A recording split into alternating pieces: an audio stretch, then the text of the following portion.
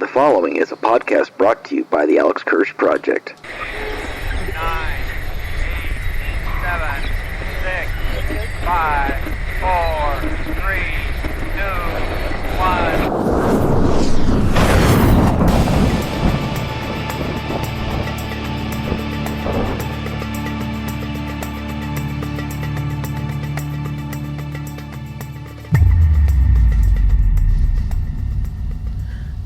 Congressional and Senate debates have really hit the airwaves. Who won their respective debates and who tanked completely? The Mississippi River levels are so low that barges cannot pass through.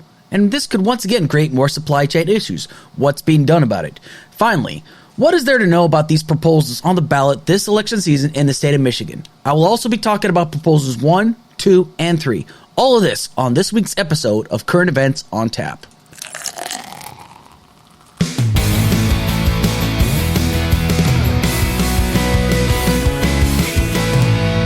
And good evening, listeners, and it is a beautiful Friday evening here in the state of Michigan, and welcome to another episode of Current Events on Tap with your host, Alex Kirsch, a podcast from the Alex Kirsch Project. That's me, Army retiree, truck driver, pragmatic, progressive, political commentator, and part-time clout chaser. If this is your first time listening, please do me a solid, hit like and share and subscribe to my Spreaker, YouTube, Spotify, and iHeartRadio. This podcast gives you this week's current events and do what I like to call the beer of the week. I pick one beer and I review it based on price, pour, aroma, taste, and then give an overall rating. Be sure to catch me every Friday at 7 p.m. Eastern Standard Time on Spreaker. And be sure to catch me at your earliest convenience on, once again, the platforms YouTube, Spotify, and iHeartRadio. Just type in the Alex Kirsch Project, and that's where you're going to find me.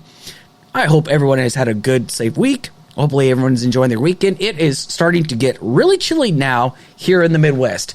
It's getting cold here in Michigan. Like when I was out on the road earlier this week, I found myself like having to bundle up. I was afraid to, get out of my bed in my truck Beulah this week. But that's going to happen, of course. I could crank up the heat inside the truck, but, I'm trying to be more efficient nowadays with the with my fuel usages and whatnot. However, I got plenty of blankets to keep myself warm, but it has been a really interesting week, let me tell you. Now, there could have been some other issues I want to talk about, but I feel like all the issues I'm going to talk about this week are going to take up the entire damn hour, and if not, it's not a big deal, honestly. But without further ado, it is time to go to the beer of the week.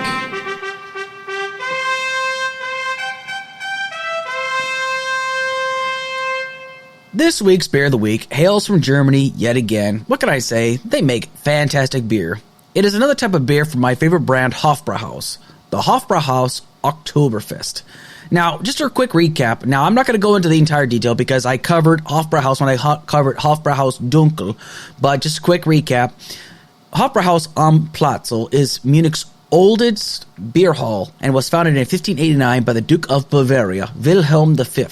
Now, I once again want to mention that I've had the privilege of drinking in the Hofbrau myself, and I can tell you there is nothing better than a Hofbrau on tap in Germany. Well, the Hofbrau original, and I will be talking about that sometime later down the line. I'm going to talk about the Oktoberfest beer. Now, what is Oktoberfest? Well, for starters, Oktoberfest is the annual festival held in Munich, Germany that is held over a 2-week period and ends on the first Sunday in October. So yes, I know, I forgot to mention it. I'm sorry, sue me. But it is celebrate, but, I decided I was going to celebrate because guess what? It's my show. I do whatever the hell I want. Oktoberfest is a festival that celebrates one thing, and that is beer and goodwill, and basically come, eat, drink, be merry, the whole nine. Now, when I was stationed in Germany, I never actually got to go to Oktoberfest, which is something I really wish I would have done, but it was due to a possible terrorism, actually, that was occurring at the time. Now, some people still went, but me being the Boy Scout, I didn't go. However, let's just talk about the beer itself. Now, the Hofbrau Oktoberfest has an alcohol percentage of 6.4%. Its main ingredients is like a light barley malt, a Munich malt, and a Hercules hops, Pearl, Magnum, and Select hops. Now, I tried to look up when this beer was added to the inventory, but sadly I was unsuccessful, so I'm probably never going to know when this was actually added to their inventory. Now, I'm going to rate it on a scale of 1 to 5 mugs, 1 being the lowest, 5 mugs being the highest. So, price. I'm going to give it a 4 out of 5. You can buy this at any liquor store. However, it's only available between July and October. So if you haven't got this beer already, I highly suggest you go out and get it so you don't miss out on it. Now, I bought this for about $15 a pop. Once again, I bought it at Kern's, and for some reason, in Frankenmuth, I always buy my beer, especially at Kern's in Frankenmuth. I can't help it. They have a really nice beer selection. Not trying to hit on the other liquor stores in the area or, the Walmarts and the grocery stores that serve beer, but it's just Kern's has such a wonderful selection of beer. I just can't get enough of it. But anyway, $15 a pop, for a seasonal beer, it's not too bad to really ask for. So once again, a 4 out of 5. Pour. Also a 4 out of 5. It's a very easy pour. Once again, it's another beer that you have very minimal risk of overflow, but has a nice little decent foamy head attached to it. When you pour into the mug, it has a very, very pleasant gold color to it, though, and I always love a good gold color for a beer. And as I'm just staring into this, I can just see the bubbles rising to the top. It just has a really nice color to it, honestly. I can't help it. So, aroma, 4 out of 5. Somewhat very minimal fruity smell, but has that sweet hoppy smell to it. It's quite pleasant to the senses, actually. So, taste. Let's take a drink real quick. The taste is really good. I tell you that much. So, another 4 out of 5. The malts really come through, and it has that very pleasant sweet, but it has that small beer hops bite to it, It's like the one that most other beers that usually have. It's slight, but it's not overpowering. Just like kind of the sweetness isn't overpowering. It's very slight. Like you really just kind of like try to take a deep breath and then just, take that quick taste and just, kind of savor the flavor inside of it, okay? But it's a very easy beer to drink. Like this is one that I find myself that I could drink over and over again, like have 3, 4, 5, 6 beers possibly. But I only had a 6-pack and I'm not trying to overdo it today. Sorry, I'm getting a little bit older, so I don't really get drunk as much, okay? Overall, I'm going to give this, once again, a 4 out of 5. For a seasonal beer, it's very, very pleasant to drink. It's not, the greatest beer ever, but you know what? It's really good, especially for its price, its smell, its taste. It's a very, very pleasant beer to drink, honestly. And you know what? I am definitely going to be buying this beer once again. If it gets sold out of season, then, I'll just wait for it next year. It's not like I'm going anywhere anytime soon. So, once again, overall, 4 out of 5. Let's take another quick drink before we jump into current events. If you haven't had a chance to get this beer, I highly suggest you do so. Now, on to current events.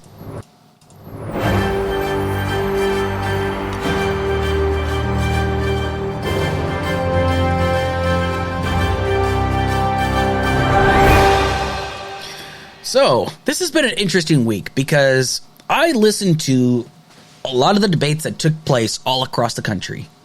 And I tell you, some of these debates, some were somewhat tame, some were complete dumpster fires.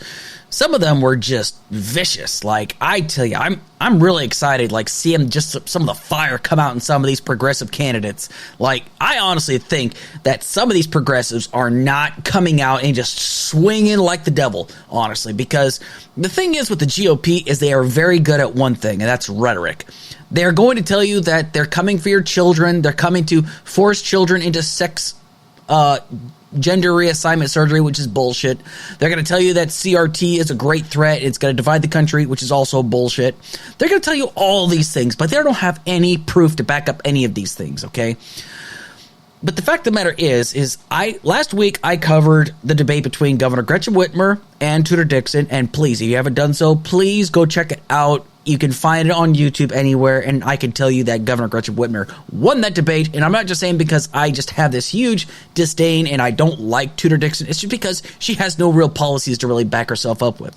However, once again, I'm going to cover some of the debates that took place across the country between the Senate and congressional candidates all across the country, okay? Now, a lot of these these states across the country take place in the South. Now, there's one that takes place a little south of us in Ohio. However, I'm going to be covering Georgia and Florida and, of course, Ohio. Why? Because I felt that they were some of the best debates, and one of them was just an absolute dumpster fire. So, for starters, I'm going to start with the dumpster fire that took place between Marcus Flowers, who's going up against the incumbent, Marjorie Taylor Greene, for the 14th Congressional District in Georgia. Now, when I listened to this debate, I thought Marcus Flowers did a fantastic job. He did a great job of keeping his composure. He did a great job of really just going after her. But I felt like they were handling Marjorie Taylor Greene with some kid gloves, because every time she was given a chance to rebuttal, he never really got as many chances to rebut some of her accusations towards him. And here's the thing that I found that was most funny about this debate. She attacked Marcus Flowers for wearing a cowboy hat, which he wasn't at this debate, but he wears a cowboy hat, but yet he doesn't ride any horses or have any steer. That's the dumbest argument you could possibly make. I mean, we are talking about Marge here. She is so clueless, and she spends a lot of her time on campaign trails instead of actually putting forth policies and legislation that actually benefits the people of her district. She hasn't done jack diddly squat, honestly. And I think it's kind of embarrassing that people actually voted for her. And hopefully more people are just realizing how much of a dumpster fire she is. But anyway, the audio I'm going to play for you is Marcus Flowers' opening statement. And you're just going to hear Marge just lose her frickin' mind. First question, I believe, goes to Mr. Flowers. Mr. Flowers, nearly 20 Republicans and 20 Democrats have run against Ms. Green in the last 2 elections, 20 candidates total. Each one has had a strategy that has been, I am not MTG. In your race, in the last week alone, 37 emails have come to our Rome News Tribune server from your candidate, from your account, saying the same thing, I'm not MTG. What is your platform? Well, thank you for that question, John. First and foremost, I am running as Marcus Flowers, not Marjorie Taylor Greene. You know, I got into this campaign because of the events of January 6th and Congresswoman Greene's participation in that.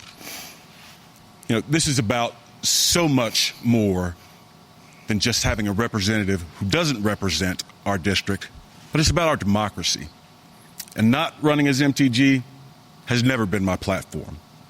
Yes, people see that we have an outsized social media account, but that's not the secret sauce of this campaign. We've knocked over 70,000 doors in our district, had those real conversations with the people of Northwest Georgia, our local leaders, our mayors, our commissioners, our city council members, and yes, our law enforcement officials. And every one of them that I've talked to, almost to a person, has said Marjorie Taylor Greene is not who they want representing them. So yes, this campaign is about Marcus Flowers, not MTG. Thank you. Joshua, it's your turn. I need a rebuttal to that. You cannot accuse me of insurrection. I was a victim of the January 6th riot just as much as any other member of Congress. That was the 3rd day I had on the job. I had nothing to do with what happened there that day, and I will not have you accuse me of that. That is wrong of you to do. You're lying about me, and you will not defame my character in that manner. Did Joe Biden win the election, Congresswoman Greene? Joe Biden is the president of the United States. Absolutely, Marcus. but you pushed a big lie that said he did not win the election. There was election fraud. You drove those people to the Capitol on January 6th with your lie.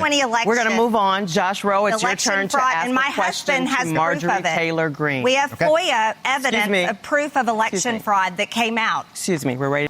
Okay, you mean your ex-husband, your soon-to-be ex-husband, the one that you cheated on with your sex guru and your physical fitness trainer? I mean, my God, how desperate do you have to be? I mean, that was so completely pathetic. The fact that she just went nuclear, like, first thing, because let's just remember something, okay? I did a TikTok video where she and conservative political activist Brandon Straka dressed up like a January 6th protester, had a MAGA hat on, he had an orange jumpsuit on, and Marjorie Taylor Greene was sitting in a prison cell praying with him, acting like these are great political prisoners, that they're being held against their will without trial, which these people have been given a trial, honestly. But the thing is, though, is that Marge is insisting that she is just as much a victim, even though shortly afterwards she was asking for a pardon from then Donald Trump. And yet she is insisting that her character is being besmirched. I'm sorry, but no. You've already besmirched your character with your just for who you are. This is a woman who chased down David Hogg and told him that he should be ashamed of himself because she's a proud owner of firearms and I believe in the Second Amendment, and harassed a victim of a school shooting that took place down in Florida. But yeah, of course, she's okay. This is the same woman who went outside Alexandria Ocasio-Cortez's office and told her to put on her big girl panties and to come out and, just face her like a woman kind of deal and harassed her. I mean, listen, it's fine if you're critical of your elected officials, but what she did was borderline harassment. But then when people do it to her, she's not okay with it, honestly. But that's because she's a hypocrite. Nobody should listen to what she has to say. But the thing is, this whole debate was a dumpster fire. It was a half an hour long, which I didn't feel was nearly long enough. And again, they barely let Marcus Flowers respond to her accusations, let alone the fact that all of her accusations were completely ridiculous. She has no idea what the hell she was talking about. The debate was just a complete mess, honestly, and I would have preferred it to be like at least an hour long, but I don't know why it was only half an hour long. I tried looking it up, but they didn't give a really good reason for that, honestly. But it's just, she was just embarrassing to listen to. Like, she already is like nails on a chalkboard, but it's just the fact that, listening to her during that debate was even worse, honestly. I mean, I honestly felt bad for her, but then I just remembered the kind of person she is, and I'm like, never mind. But hopefully Georgia voters realize how much of a joke she is and decide to move away from her and vote for Marcus Flowers. He's a he's a veteran of the United States military. He's also a proud son of a police officers and whatnot, and the grandson of police officers, and his dad was a school educator. I mean, this is a guy that is he seems like a very humble individual. Some of my friends have interviewed him, and they just all say he's a fantastic guy. I think he would make a great congressman for the 14th Congressional District in Georgia. I mean, I think he could probably relate to the people a lot more than her, honestly. However, now I'm going to cover the debate between Stacey Abrams versus Brian Kemp, who's the actual governor right now, and Shane Hazel, who's the Libertarian candidate for governor for the state of Georgia. Now, this was an interesting debate. I thought it was like the best out of all the ones I'm going to be covering tonight, simply because everybody was cordial and respectful. I felt like everybody was given adequate amount of time to respond. I felt the moderators were very fair. They were impartial. I felt that they actually gave everybody adequate time to talk. Now, Shane Hazel, the Libertarian candidate, felt like he was being shied away and was not being allowed to respond at times, which I see his point of view in that regard. But I think the only reason why he wasn't allowed to talk is because this guy doesn't have a chance in hell, honestly. Shane Hazel, as a Libertarian candidate, has little to no chance. Now, I do respect the state of Georgia for giving him a chance to come out and speak his piece, honestly, because I feel that even if it's a third-party candidate, they should be allowed to come out and campaign and speak on a debate stage, even if they have no chance, because I feel that we, the American people, have every right to hear different points of view. I mean, I've always been an advocate for that. I mean, even for president, I would love to see a third-party candidate again, but we haven't seen one since the days of Ross Perot, on a debate stage, that is. Now, you're not going to see a third-party candidate for some time. I don't know if I'll even see it in my lifetime. I would love to see it in my lifetime again, though, because I feel the people should be given an alternate chance, even if it pulls voters away from the conservative base or the progressive base. I think that the American people should have a third choice. Now, for the time being, I'm going to be voting straight Democrat across the board, okay? And this will be the first time I vote straight Democrat across the board. And that's just because there are no viable third-party candidates out there, but mostly it's because the Democrats, they are fighting for the issues that I believe should be fought for. It's that simple, honestly. But anyway, so as much as I would like to share some of the audio between Stacey Abrams and Brian Kemp, Shane Hazel made a very interesting point. Now, what they did during this debate is they gave each candidate a chance to ask a question to each of their opponents. For example, Stacey Abrams was able to ask a question to Brian Kemp and Shane Hazel.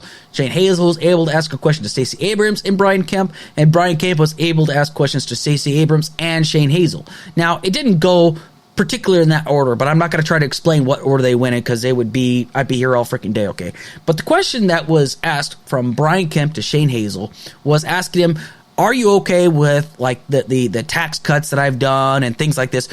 And Shane Hazel is going to give you the typical argument by many libertarians, which is saying that taxation is theft, which I think is hilarious, because tax dollars pay for a lot of things that we need nowadays. They pay for my veterans benefits, they pay for my disability, and they pay for my wife's veterans disability and her benefits. They pay for my mom's Social Security and the money that she paid into, and the disability benefits that my dad had that were passed on to her when he passed away. So that's where my tax dollars are going to. My tax dollars are going into the infrastructure. Tax dollars are going in towards even the bailouts to the corporations, which I don't really agree with, but that's where my tax dollars go into. Now, I could talk about taxes all day long. That might be another topic, but that would just take me forever to do so. But anyway, here's the discussion between Shane Hazel and Brian Kemp. Do you support the tax cuts we've done, returning $1 billion of taxpayer money, and suspending the gas tax for Georgians to help fight through 40-year high inflation and bad domestic energy policy. Georgia, I hope you hear me when I say libertarians think taxation is theft. It's your money. It's your property. Yeah. You should be able to determine what you do with it. I don't support the fact that you haven't ended qualified immunity. I don't support the fact that you haven't ended civil asset forfeiture. I don't support the fact that you haven't ended the drug war. You haven't ended nonviolent crime. You haven't ended cash bail. You haven't ended no-knock raids. You haven't implemented community review boards. And you haven't banned blacked-out cop cars that go after people for more money. It's ridiculous. De-escalation by the executive to leave peaceful people alone in the state of Georgia. That's my message to both of you, to everybody in the state who wears a badge. Stop. So I accidentally cut it off before I had a chance. He says just stop going after tax-paying citizens and peaceful people, essentially. But he had a very, very good point that there's a lot of blacked out cruisers in the state of Georgia. I mean, there's blacked out cruisers all over the country, essentially, and I'm a firm believer that all blacked out vehicles, like, unmarked police units, I think those all need to go away, honestly. I don't think they're necessary. I really don't think that they should be utilized in any fashion because, in other countries, like in Europe, right, especially in the UK, all the police units are highlighted and they're easy to spot. That way people can flag them down and stuff like that. I mean, if people are going to speed, they're going to do it anyway, even with a marked or an unmarked police unit, okay? It just doesn't make any sense to have an unmarked police unit. I think it's bogus. It has no purpose. It serves no real purpose, honestly. I just don't get why they do that. Now, I do think that it's very important that he pointed out, like, for example, you didn't end qualified immunity. You didn't put a stop to the drug war, which I don't see anybody trying to put a stop to the drug war because that's going to get killed in the House. It's going to get killed in the Senate. I don't know whether it's because of ties to Big Pharma or something like that, but it's just I don't see the drug war coming to an end. But I do like the fact that he was big about going against Brian Kemp on that. But those aren't real big issues that people are focusing upon. But those are really big topics to really talk about because everybody that talks about the drug war has been an absolute failure since the days of Nixon. It has been because millions of people have been locked up in prison just for possession, not necessarily distribution, but locked up in possession or using drugs, essentially. Now, I've been a very big proponent on decriminalization of all drugs, essentially. And the reason why I say decriminalization is because I'm a firm believer that you fund more rehabilitation centers and you actually put competent people in those rehabilitation centers, you're going to see a drastic improvement. And you're actually going to see people, get better. And it's just, I really feel like the war on drugs needs to end. And I felt it was a good point that he made. Now, it wasn't like the nail in the coffin that Brian Kemp had. I felt Stacey Abrams did a fantastic job. And honestly, I think that she would be a great governor for the state of Georgia. And I think she's intelligent, she's articulate, she's been doing a great job of getting people informed on how to get out there and vote. Because after the runoff election between Warnock and Loeffler and John Ossoff and David Perdue, she actually went out to inform the populace. This is where you need to go vote. These are the times. This is where you register. She was canvassing and doing a great job doing it. She is doing exactly what other politicians should be doing, is informing people on how to get out there and vote, where to vote, what times to go vote, how to register to vote. That's what she was doing, and that's something that Brian Kemp probably hasn't been doing, honestly. He probably has some other lackeys going out there to do it, but she has been doing a great job of it. Now, I do respect the fact that, Brian Kemp and Brad Raffensperger stood up to he who should not be named, okay, I'll name him Trump, for when he was trying to blast them for, not securing the election for him. But the fact is that they actually stood up to him. But the fact remains that Brian Kemp still needs to go. I don't think he's a particularly great governor. I would know because I was living in Georgia at the time. I think Stacey Abrams would be better. She's more centered. She's a little bit more, grounded. And she seems to relate more with the people. And even Claire and I were talking about, how she would probably make a great president someday. And I know people are like, oh, well, she wouldn't make I think she would make a good president. I think she would be a very ideal first president. But anyway, I could talk about that debate all day long. But anyway, I got to move on to the next part, okay?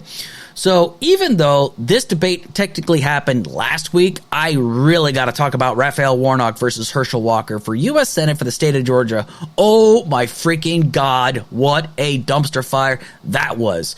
So I felt that Raphael Warnock really wasn't hitting Herschel Walker hard enough. I don't know if it's because he's a pastor, or it's because, he feels he doesn't need to, or it's because he felt that Herschel Walker was going to sink himself. But the thing is, though, I felt like he really could have just taken the gloves off, because Herschel Walker has been calling him out nonstop, talking about how much of a bad person he is. But I really feel like, Herschel Walker is the bad person. I mean, we're talking about a guy that claims that he graduated as a valedictorian in high school. He did not graduate valedictorian. He did graduate high school, though. He claims he graduated college. He did not graduate college. He claims that he did not take out PPP loans in order to start a business. He did take out PPP loans to start a business. He claims to have hired more minorities to work in his business. He claimed he hired 800. He only had 8 minorities working in his business. He claims that he had a very successful business when it was actually very low-key and very just not very successful, honestly. I think it was a chicken business. I can't even remember because it was so irrelevant, essentially. He claims to be a man that's a Christian, that's a good family man. He's not a very good family man, according to his son, Christian Walker, who at first was very big supporter of his dad, but now is like so sick and tired of his shit. He's sick and tired of coming out and defending him. So now he's basically blasting him that he was he had very little presence in his life. Claims that he's never had children out of wedlock. He's had apparently 4 children out of wedlock, essentially. Claims to be a humble man. He's threatened to kill his ex-wife and her boyfriend with a knife. Apparently, this guy is also threatened to kill a man because he did not deliver his car on time. I mean, this is a guy that has a history of not just being a liar, but just being completely off kilter. I can't imagine him being a U.S. senator, but yet people are voting for him. Why? Because he kisses Trump's ass and he's been endorsed by Trump, and because he played football at the University of Georgia.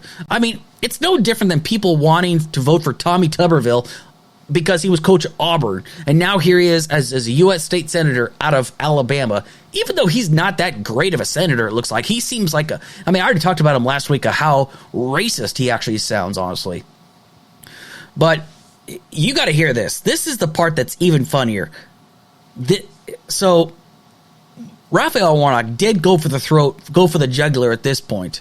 One thing I have not done, I've never pretended to be a police officer, and I've never threatened a shootout with the police. Well, and now I have to respond to that. We are moving on, gentlemen. I have to respond to that. And you know what's so funny? I am with many. Pulls out a badge. And at the same time, Mr. Walker, Mr. Walker, excuse me, Mr. Walker. Please, out of respect, I need to let you know, Mr. Walker, you are very well aware of the rules tonight. Yes. And you have a prop. Yes. That is not allowed, sir. I ask you to put that prop away. It's funny still. This is real. And he said, I have a problem. I never worked with law enforcement. It is considered a prop, Mr. Walker. Yes. Excuse me, sir. Yes. You're very well aware of the rules, aren't you? Well, aren't you aware of the rules? He brought up the truth. Let's talk about the truth. Thank you for putting that prop away. The dude brought a frickin' toy badge. I mean, he insists it's a real badge, but the thing is, it's just an honorary gift that you get from, like, a sheriff's department or something. It's not even a real badge. He has no legal authority to detain anybody, arrest anybody. He can't do anything with that badge except show it off. But the fact that he's carrying it around and showing it at a debate, even though he knows he's not supposed to display props, but it's just, it's just the fact that he's like, oh no, it's not a prop, it's real. It's like, no, dude, you completely missed the point. But yet people are still going to vote for this clown just because he's endorsed by Trump. Oh, and he played Georgia football. My God, what is wrong with this country? Is fame and fortune like the only thing people go for? I mean, I know people have gone after Jesse Ventura because he was a professional wrestler / actor, but he was actually a very successful governor. Like, he did a great job for the people of Minnesota. Like, I talk to people all the time, and they say, yeah, he actually was a really good governor. I didn't agree with everything he did, but he was actually very good at what he did because he actually never made any promises he knew he couldn't keep, honestly. And I respect that. But Herschel Walker is completely dishonest. I mean, let's just call it for what it is. He's just a complete moron. And the fact that he's pretended to say, I'm in law enforcement, when he's not in law enforcement, he was just given an honorary badge. I mean, they probably give honorary badges out to children, probably, which they still don't have any legal authority. I mean, Herschel Walker has much legal authority as Cartman rolling around on his Hot Wheels saying, respect my authority, essentially. He's got no authority whatsoever freaking ever, but it's just, it's scary to think about how a guy that insists that he's this hard, staunch conservative with all these values, when in fact he doesn't have any values. He actually has less values than most conservatives should actually go for. But yet people are going after Raphael Warnock because he's a Democrat and because he believes in, you know, that pro-choice should be left up between the woman and the doctor. And Herschel Walker, who says that he's never paid for an abortion, well, apparently has come out that he has paid for an abortion. He even verified the check that was a copy that was, like, they actually did this on the news. And they asked, well, isn't this one of your checks? He's like, oh, yeah, that is one of my checks, but I don't know where it went to. Which I'm pretty sure that I'm willing to bet the cash in my bank account that he did pay for that woman to have that abortion. But again, he's one of those guys. It's like rules for me, but not for thee kind of deal, or rules for thee, but not for me. I'm sorry, I keep getting those mixed up. But Herschel Walker is just an absolute riot listening to this. But you know, when I first played this video, Claire was like, "Is this a Saturday Night Live skit?" I was like, "Oh no, this is real," and that's why I still think it's so funny because. This is people across the pond. People in different countries are watching this. It's like, are these people for real? Is this country, is the United States serious? They're really going to throw this guy and let him get the Senate seat? I mean, oh God, I seriously cannot. I just can't even fathom it at this point. So anyway, I really felt like Herschel Walker would be a horrible mistake. And honestly, if Marjorie Taylor Greene, if Brian Kemp, and Herschel Walker are all elected to those positions, Georgia is pretty much screwed. I'm just going to say it right now. They are screwed. I would not want to be living in that state if those three people get reelected and elected into their office. But anyway, I'm going to go next into the 13th Congressional District of Ohio, where Tim Ryan is running against J.D. Vance. Now, this is absolutely priceless. Tim Ryan was one of the few candidates I've seen that has really come out and just come out swinging against his opponent. Now, like I said, the GOP is very good at rhetoric. They're very good about talking about stuff that isn't true. They're very good about, like, being controversial. They're very good about swinging against their opponents. But Tim Ryan is like, negative ghostwriter. I am not going to let you come at me like this. So Tim Ryan is basically addressing how J.D. Vance used to blast Donald Trump, and now he's kissing his ass. Donald Trump has even blasted and said, J.D. Vance is kissing my ass. He said it during a rally for J.D. Vance. You just cannot make this shit up. I mean, so the first bit of audio is the debate. The second part of audio is J.D. Vance saying one thing about Trump and then saying something totally different.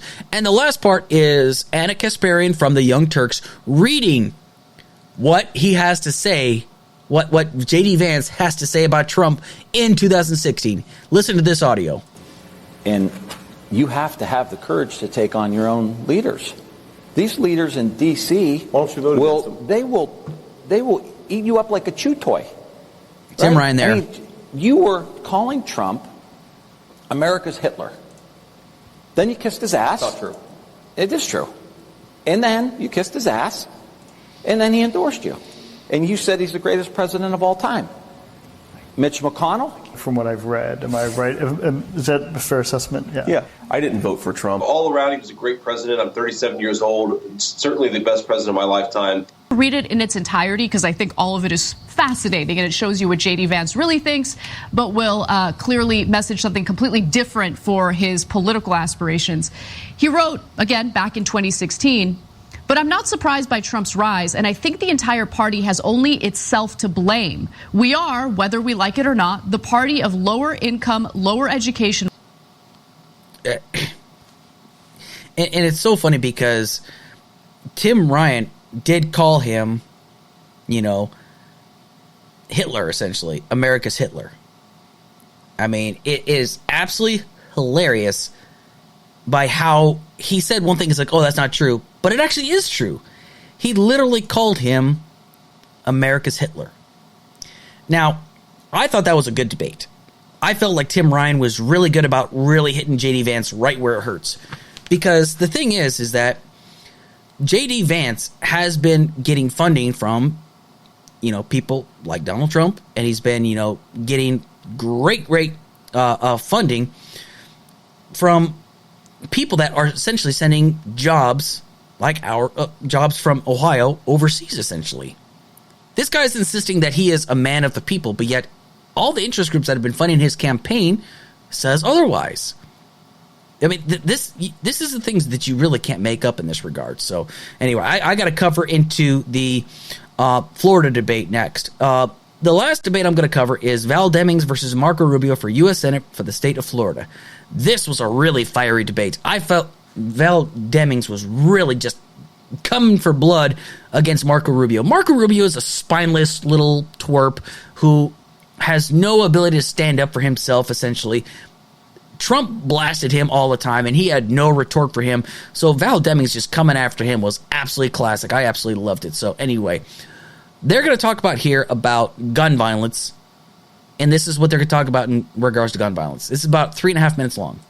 The killers in this year's mass shootings in Buffalo and Uvalde, Texas, were both 18. All used legally purchased AR-style rifles. In the nationally televised CNN town hall 3 days after the Parkland massacre, you said, quote, if you are 18 years of age, you should not be able to buy a rifle. I will support a law that takes that right away. Would you still support that federal law? No, let me tell you why that law doesn't work and why that proposal doesn't work. We had a shooter last Thursday, tragic, in North Carolina. He was 15. Where did he get the gun? He didn't get it from a gun show. He certainly didn't buy it. He's 15 years of age. We've had shootings in the state. Pulse was a terrorist attack. A licensed security guard with a permit to carry firearms, extensive background check. The guy in Parkland, this killer, everybody knew who it was. Even before they announced who the person was, everybody in the community knew who it was because this guy had long problems. He'd been acting up for a long time and everybody knew it. And here's what happened. The sheriff did nothing about it. The school district did nothing about it because they didn't want to arrest kids and fell through the cracks. Even the FBI cracks it fell through. So that's why one of the first things I did when I got back to Washington is I sponsored a bipartisan red flag law, styled after Florida, not the crazy one they just passed, a real red flag law that would allow the police department to go before a judge and remove your guns if they can prove that you are a danger. The one they passed allows some coworker that doesn't like you to go to some liberal judge and take away your Second Amendment rights. So I think the solution to this problem is to identify these people that are acting this way and stop them before they act. I want to stop you here, Senator, but before I go to Congresswoman Demings, I want to make sure that I understand that what you said in 2018 is not what you believe is the solution today. There should not be a ban on 18 or 19 or 20-year-old. A 15-year-old just got a gun, got a shotgun. But that's one case. I just want to make sure. No, it's more than one case. But one in Connecticut also involved the exact same thing. We could do this all night, but I want to make sure that you don't support that anymore. It is an important point. Denying the right to buy it is not going to keep them from doing it. Here's the fundamental issue. The fundamental issue is why are these kids, why are these people going out there and massacring people? This is the same Because a lot of people own AR-15s and they don't kill everyone. I understand, sir, but I want to go to Congresswoman Demings for 60 seconds. You know, people who are the families of victims of gun violence just heard that, and they're asking themselves, what in the hell did he just say? Senator, you used the Pulse nightclub shooting as your inspiration to run again for the Senate in 2016. Pulse is in my district. And yet, you've done nothing to help address gun violence and get dangerous weapons out of the hands of dangerous people. Florida, after Parkland, after you made promises that you had no intentions on keeping to the parents of Parkland, Florida passed legislation raising the age to have an assault weapon, passed red flag laws that we've seen 7,000 plus instances where they've been used now. Our primary responsibility is the safety of Floridians. And Senator, 24 years in elected office, and you have not yet risen to that occasion. And then when asked about it, you say something that makes no sense. Right. This is about taking dangerous guns out of the hands of dangerous people. And the overwhelming majority of people in our nation want us to do just that. How long will you watch people being gunned down in first grade, fourth grade, high school, college, church, synagogue, a grocery store, a movie theater, a mall, and a nightclub, Congresswoman, and do nothing? She ripped him apart. Like, if you watch that debate, that dude looked like he was sweating. Like, I don't think I've seen Marco Rubio that intimidated since the 2016 election when he ran against Donald Trump. I mean, that dude looked shook. He looked worried. Like, I don't think I've ever seen him that shook before, honestly. But she's absolutely 100% right. We always hear the same excuses from the GOP. Every time a mass shooting happens, they always offer the same thing: thoughts and prayers and no legislation. Because they always give me the same freaking excuse. They always give us, we the people, the same excuse. You're not going to be able to prevent all these mass shootings. You're not, by taking away, they're not talking about taking away guns from legitimate citizens. We're talking about making sure that dangerous people cannot get access to these damn firearms. It is that simple. Because there are far too many people that have easy access to these guns. Now, in regards to the shooting that took place in North Carolina, okay? The parents of the 15-year-old boy that was accused of killing 5 people in North Carolina, they came forward and they are devastated because one of the victims was their other son. The shooter, Austin Thompson, had 5 victims, and the first one was his 16-year-old brother, James. And right now, they don't know how he came upon the shotgun, but the fact of the matter is he was able to get access to it. Now, hopefully, we're going to find out in the future as to how, or like soon, how he got access to that firearm. But the thing is, every time people say, oh, well, you're always going to get guns, essentially. Yeah, you could also get alcohol. You could also get drugs certain ways. But we have very strict regulations regardless, and we try to crack down on these things. But yet, for some reason with guns, we seem to be hands off on this. Now, I'm a firearms owner. I have firearms, but I've already made it abundantly clear to my wife that if I start acting crazy or if I start, drinking excessively, if I start becoming a danger to myself and possibly other people, to get rid of the guns, she's already got my blessing. There needs to be more people that needs to have the courage to actually report people if they seem like they're scary or if they are just over the top. I mean, I could go on all day about this, but I honestly feel like Val Demings had a real strong performance in her debate. She ripped him apart, honestly. I definitely think that everybody that took part in the progressive debates, essentially, Raphael Warnock, Stacey Abrams, Marcus Flowers, Tim Ryan, and Val Demings all need to win their seats, essentially. And I'm just going to leave it at that.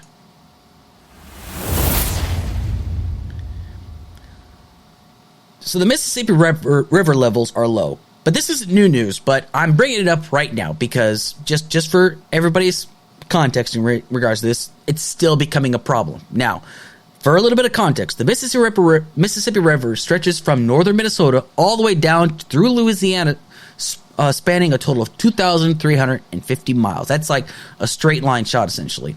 It's also the home of 260 fish species, 145 different amphibian and reptilian species, and provides drinking water for 50 mammal species as well. It's a major channel for shipping and tourism, and the boat commerce transport materials such as soybeans, corn, fertilizer, and oil. Okay, and this has further affected the cost of shipping goods, which in effect will cause products needing to be shipped to once again cause prices to skyrocket, which is again another contributing factor that leads to higher inflation. So, why is the river so low? There are some experts that state that this is mostly due to insufficient rainfall over the past few weeks. This is resulting in record droughts has never been seen in decades. That's what according to some experts are saying. Some of these experts are climate scientists from NASA. Now, there are people out there that's like, oh, well, NASA is biased. No, NASA is not biased. We're talking about people that dedicate their entire lives to studying this topic, okay? NASA has also indicated that changes in ocean temperature, warmer winter temperatures, and decreased snowpack are all contributing factors. Now, I know I said it's colder earlier, but the thing is, though, we are talking about areas like the Mississippi, like especially like in certain parts of the country where they're not getting the exact rainfall, where they're not getting snowfall. And because, what people don't realize is sometimes like the snow, like snow caps, essentially, when that snow melts, the snow like the ice and the snow melts down into the river banks that flows down through rivers. At least that's what it is over in the third pole, which that's over in Europe, which I've talked about that in great detail before.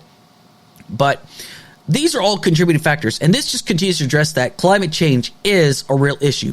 It's not something that's made up. It's not some wild conspiracy theory, and it's not some project that people are funding billions of dollars into that's not going anywhere. It's entire research teams and scientists who dedicate their entire lives studying the Earth and how climate is, and even they know that climate change is a problem. It's not Billy Bob that sits behind his computer talking about why climate change is a problem. We're talking about people that are experts in this field. They recognize that climate change is, in fact, a problem. Now, why should we be concerned about this? Why is this a big deal? Well, it's pretty simple, honestly. It's because people who rely on shipyards to ship their commerce, their goods, whether it's oil or corn or soybean, they tend to load this up onto trucks that take them to barges, and these barges get sent down the Mississippi. But now they're going to have to rely on other modes of transportation. Now, some of these people are trying to do a stockpile and hold on to these until the rainfall starts to cause the Mississippi River to rise back up. But the problem is, though, it's not happening. So now they have to find other ways to get their market out there, because if it doesn't get out there, the products might have a very low shelf-stable life, essentially. So it's got to get sent out. It's got to get sent out across the country, because we need these products, essentially. These are products that everybody needs, essentially. Now, there's always going to be a market for truckers. Don't get me wrong there. But the higher cost of gas prices due to big oil is always going to be a contributing factor, because the cost of shipping and the cost of goods, which also will lead to higher inflation. And, of course, they're going to continue to raise the price on the price of diesel, because they know the trucking companies are going to pay for the diesel at the diesel pumps. So, of course, when shipping companies have to ship the goods, they have to raise the rates for what they're raising to actually basically, counter the cost of maintenance for the trucks, maintenance and for the fuel for the trucks, essentially. Now, trucking companies are doing what they can to kind of make sure that they have enough overhead to make sure that they can pay their drivers, make sure that they can actually make the commute on time. And this is all just kind of like tying in together, essentially. But it gets worse, though, because they could also ship by freight. But remember when I talked about 2 or 3 weeks ago about how there was a deal that was made between the unions and also the rail companies? Well, while some unions have agreed to those terms, not everybody has. There is still a risk that some of these rail yards could shut down. I'm not saying they will shut down. I'm saying they could shut down. Now, imagine what might happen if the freight that gets shipped by trains shuts down because union workers or the workers don't feel like they're getting taken care of enough. That's another commodity, and that's another means of transportation gets cut out of the equation, essentially.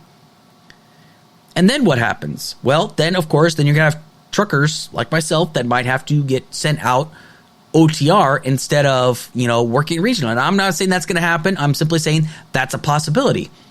However, what does that mean? It means that, there's more time that truckers like myself might be away from home. And there's also the possibility of people not being able to, stay on a regular commute. It's going to be harder for them to, see their families. And little in the fact that, they might not be familiar with certain routes. I mean, obviously, you have to be able to overcome adversity and know different routes essentially along the way. Now, fortunately, working OTR, I kind of have an idea of how the rest of the country operates. Now, there is a lot of issues already going on because, first of all, some freight across the country is slowing down because the holiday season is coming up. But some truckers might be expected to work outside their region. Who knows? However, if a freight agreement cannot be reached, it could affect those supply chains, which could once again cause inflation to rise. Now, it's all tied together, whether it's shipping over main bodies of water, freight, and OTR trucking. It's all tied together. All of this, and I'm not saying that, climate change could be the end-all, be-all. However, the fact that we are not willing to address these issues because you got idiots that don't know a thing about climate change saying it's a big old hoax are not willing to address these problems, this is a huge problem. We have to be willing to accept the fact that climate change is a real issue. And the fact that people are not preparing and thinking well ahead, what can we do to make this issue a lot easier? What can we do to fix this problem? What are some forecasts that we can kind of look into these? Because when the state of Oklahoma had that massive rainstorm that caused massive flooding, it really slowed a lot of things down. And I can tell you because I was there at the time, we were actually supposed to leave for Georgia about a week before we actually were able to leave because of the massive flooding. Now, just think about like if all the rivers start to dry up and then shipping cargo containers or whatever are not able to make their deliveries. Then you got to outsource to another company. Then they got to make sure they have enough room on the freight because all the freight that's already being taken up on the train is already pre-planned essentially. And then you got to coordinate with shipping companies for the last minute. Then you got to make sure you got to worry about the cost. I mean, it all really ties together. That's why we should be worried about issues like this. This is why it is a problem. But yet some people are just too stupid and too stubborn to actually focus on what these problems really are. Climate change is a real issue. And for those that are saying it's nothing but a tree hugger issue are just blatantly stupid or they're just ignorant to what is actually real. We have to focus on these issues now because if we don't focus on these issues now, man-made climate change could affect this in the near future. And I'd be damned if this actually happens. We have got to do better about this. That's why it's better to have proposals that combat climate change to be put forth to save us in the long run. So there's 3 prop measures right now on the ballot this year in the state of Michigan, okay? I'm going to cover those 3. The first one is Prop 1. It's going to talk primarily about lawmakers and people that serve in legislature, okay? So what Prop 1 means is an amendment to the state constitution to reduce the maximum length lawmakers can serve in the legislature from 14 years to 12 years, but allow them to serve the full tenure in one chamber. Lawmakers elected to Senate in 2022 will still be subject to the current term limits. It will also require state lawmakers, the governor, the secretary of state, and the state attorney general to disclose certain financial information, including description of assets, sources of all form and income, description of liabilities, positions held outside their elected office, arrangements regarding their future employment, continuing benefits from former employees other than the state, payments and gifts received from registered lobbyists. That's a good idea, honestly. I've always been a big proponent about term limits, honestly. I feel that some people have been in office for way too long. I feel 12 years is an adequate amount of time to be in office, essentially, because we always talk about how you got to get new blood into office, essentially. I am in full agreement. I concur 100%. And also, disclosing certain financial information is good.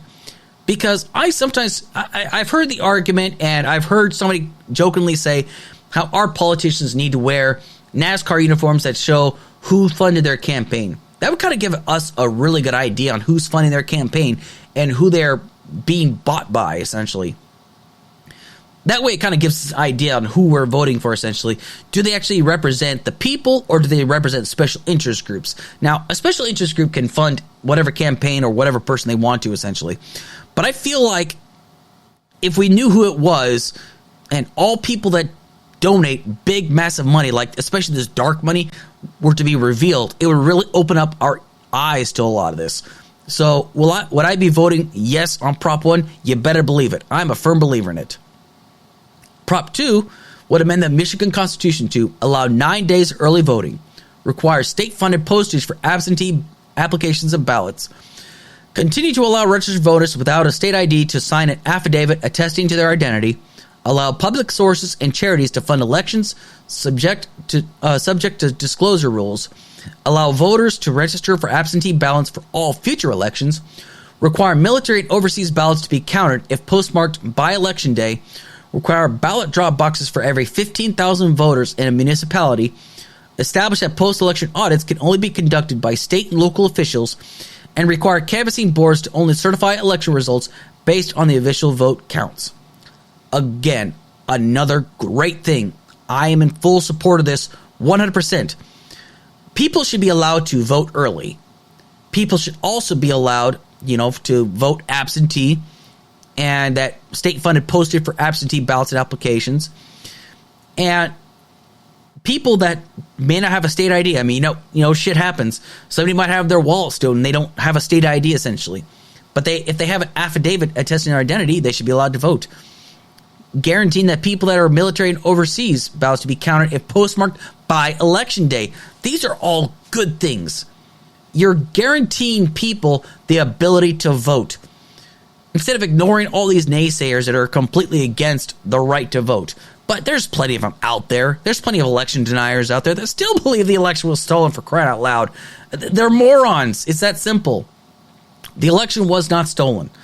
But there are people right now that are trying to conduct an audit in the city of Kalamazoo over certain election allegations and whatnot. I mean, Ronna McDaniel, who is the niece of Mitt Romney, I guess she's trying to spearhead this. I don't know what the hell she's hoping to accomplish by this, but she's a Trump loyalist. It doesn't matter. She's an idiot. So, Prop 3. This is a big one, okay? What would Prop 3 proposal do? It is sponsored by the Reproductive Freedom for All and would amend the Michigan Constitution to guarantee that every individual in the state has a fundamental right to reproductive freedom. That would include the right to make decisions about abortion, but also prenatal care, childbirth, postpartum care, contraception, sterilization, miscarriage management, and infertility care. Still allow elected officials to prohibit or otherwise regulate abortion after a fetus reaches viability, which is generally considered around 23 to 24 weeks into a pregnancy. However, the state could not prohibit any abortions that a medical professional deems necessary to protect the life or physical or mental health of the pregnant individual. That is so important. Only allow the state to restrict abortion rights if the restrictions are justified by compelling state interest, achieved by the least restrictive means. And finally, prohibit the state from penalizing or prosecuting an individual based on actual, potential, perceived, or alleged pregnancy outcomes, including abortion, miscarriages, and stillbirths. An absolute yes across the board. This shouldn't even be discussed, but there are people out there on the conservative base that find this to be a problem. There are people out there that will say, oh no, there are no exceptions to abortions. But then they changed their tune. Tudor Dixon changed her tune. At first she said there are no exceptions whatsoever. People should not be allowed to have abortions, no exceptions whatsoever. She then changed her tune, she changed her position.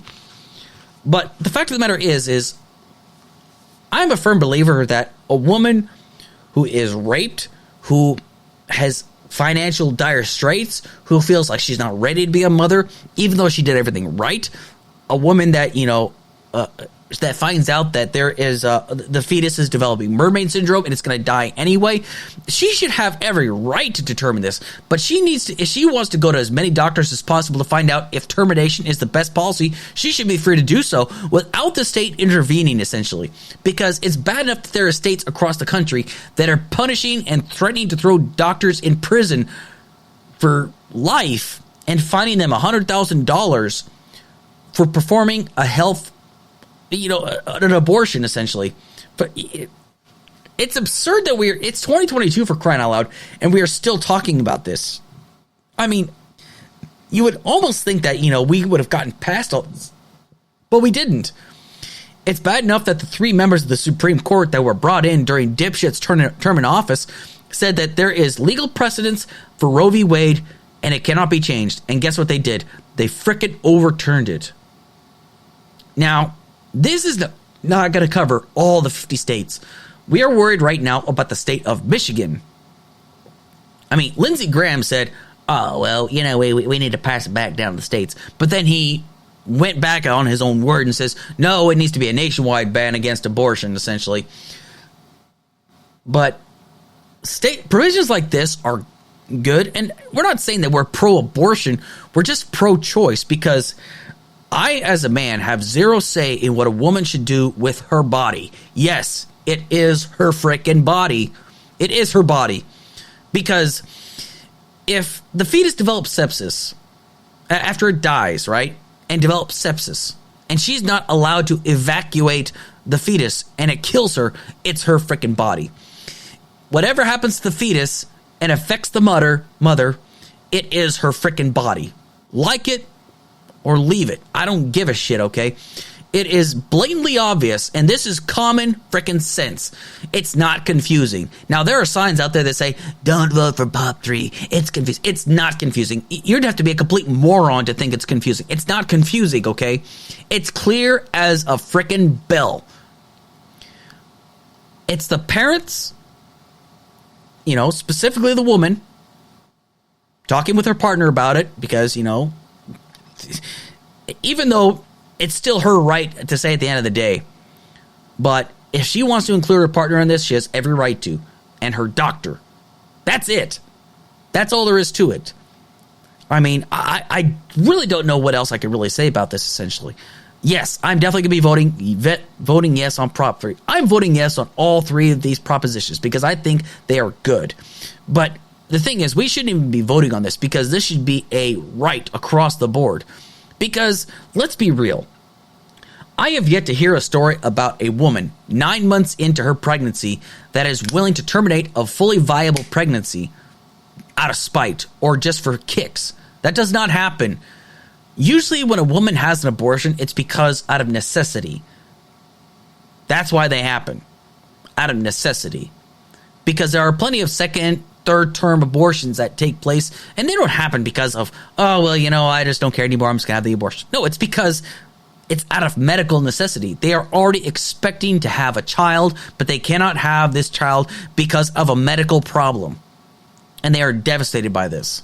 But yet, the conservative base, the people that want to create the handmaiden's tale in real life, don't give a shit. It is that simple. And it's a damn shame that we have to bring this up to the ballot, but do you know what? It's there.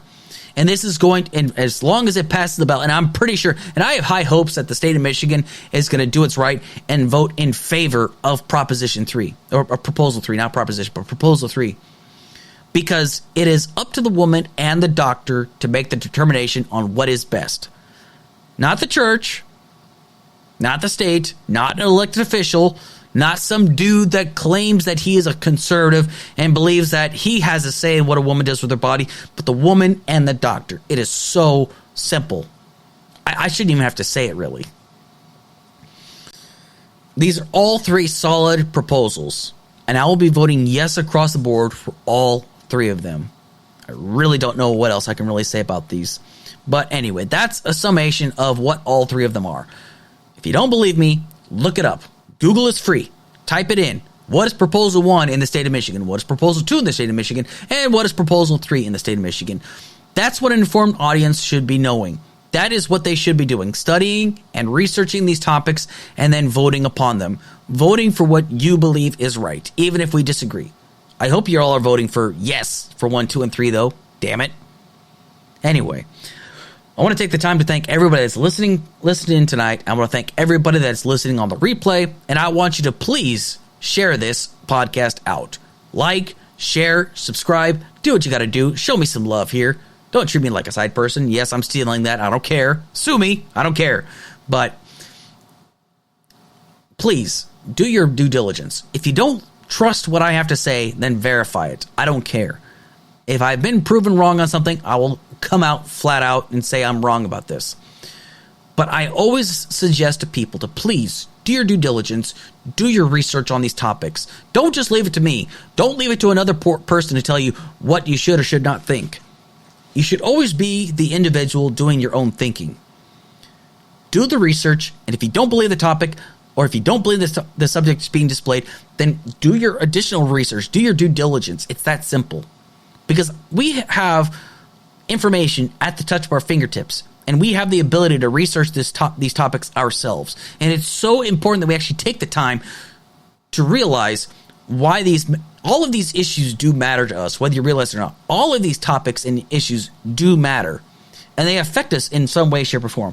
That's why I talk about these topics, because they are important and they do matter to all of us. Anyway, thank you so much once again for listening, and hopefully everybody stays vigilant, everybody stays aware, and everybody stays hydrated. Drink water, everybody. Have a great night.